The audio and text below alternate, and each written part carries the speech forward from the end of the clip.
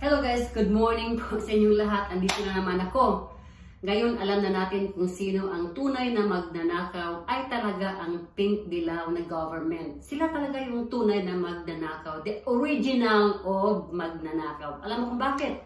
Dahil ngayon na natin tatuklasan na doon pala sa House of Representatives na doon sila ay kumukupit ng pera.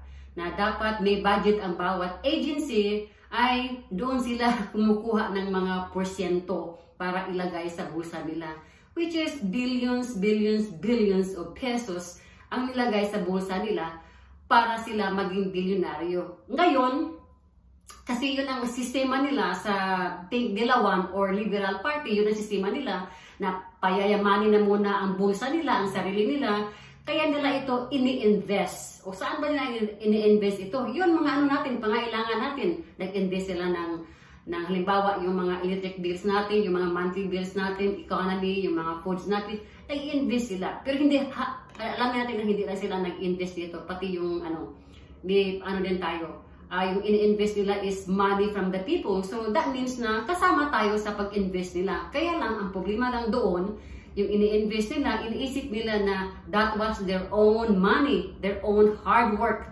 Pero at least nalalaman natin na hindi hard work yan sa kanila. Ninakaw nila yan sa kanang perang bayan.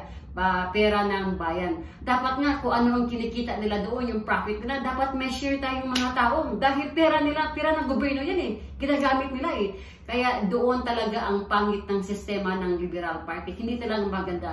Dahil pag hindi sila manalo, pag wala sila sa pwesto, pag wala sila sa government, galit sila, para silang mga demonyo, para silang satanas, na aagawin talaga nila yung parusahan nila yung new leader, yung against sa kanila.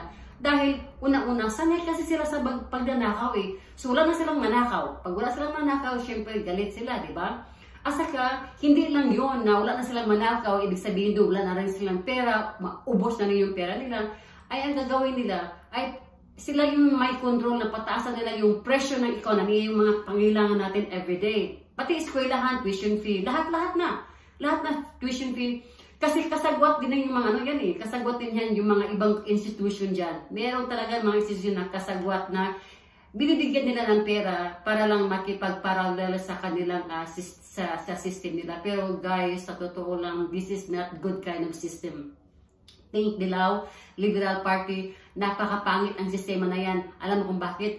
Dahil ito ang mangyayari yan for the next generation to come, the next generation to come. Sila lang mga pamilya, lineage nila, ang yayaman at saga maging bilyonaryo. Tapos yung mga tao na nasa public na nag-aaral, sa public na nag-aaral or kung saan man sila nag-aaral, they are still remain like poor, like they never improve their life. They will not go up from the poor into the middle, from the middle into the rich. Kasi yung status nila ay paratang pababa ng pababa.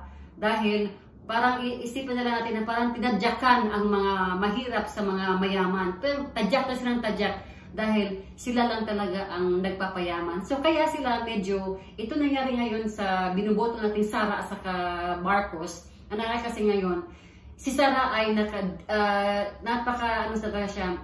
dinidipinsahan niya ang mga tao. Si Marcos naman ay dinidipinsahan niya yung mga mayaman at saka milyonaryo. Kaya at least natututo tayo, nalaman natin na kung saan galing ang magnanakaw, kung bakit ang Pilipinas ay marami naghihirap dahil dito na ang buong kaalaman natin diyan na at least na-imbestigar din sa ating binoboto na Vice President Sara Duterte na is a big bonus talaga sa atin na na-imbestigahan niya at saka nalaman nating mga tao na talagang may saan galing corruption at saka sinong government talaga ang na-spoil sa corruption na talagang ang daming pera na nakaw nilagay sa bulsa nila.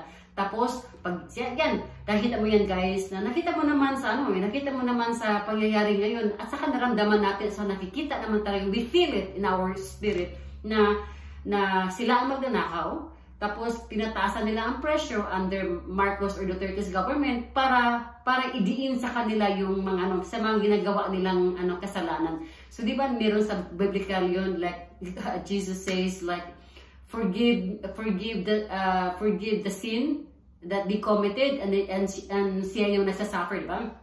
So, yun talaga is talagang totoo talaga ito na real magnanakaw talaga sila. Pero, ang bonus dito guys is na ilagay natin si Sara at tumutulong sila sa ating mga Pilipino na siya ang nagpabukas sa isipan natin na yun pala ang sistema ng Liberal Party, Ping Dilawan, at saka yung sistema ng nila ng gobyerno ay napakapangit. Sarili talaga nilang tinitinan. Tapos kung hindi sila manalo, they are willing to kick us, you know, the people na pinapahirapan tayo. So guys, the next election, preserve your vote para sa mga Duterte. Please. I'm with the people. I'm with the people na talagang we have to preserve our vote for Sara Duterte. Kasi siya na yung sa observation ko sa lahat ng mga presidenteng dumadaan, sila lang talaga yung nag-isip ng para sa mga tao na they have to fight, you know, to help for the people. Kasi yung mga ibang mga presidente is iniisip nila sarili nila, nagdakaw sila ng pera to make them enrich, you know, like personal gain, yung personal interest, yun ang habol nila. So kailangan talaga itong ma-cut off. Kaya guys, wag kayong sumuko, hindi pa tapos ang laban natin. Nagsasama na ang mga 32 million and counting para biboto si Sara, at sana naman ay matadagan ito na more than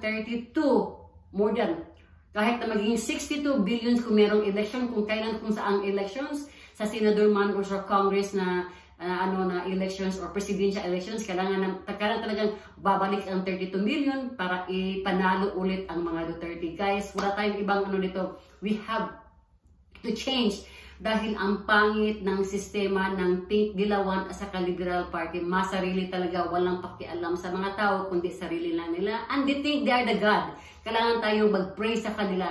So hindi yan, kasi hindi sila Panginoon eh. The real God is there. Nag-iisa lang talaga siya. Walang tao lang sila, dapat silang tumulong, pero pag hindi sila tumutulong, ang sarili lang nila ang tulungan nila, tayo ding mga Pilipino ang magpabagsak sa kanila. So Filipino, the poor people, will be the one to bagsak this billionaire o millionaire na magnanakaw at Pink Dilawan. So guys, i-preserve lang natin. Okay, hanggang dito lang guys, at saka maganda umaga po sa inyong lahat. And good night and good morning din.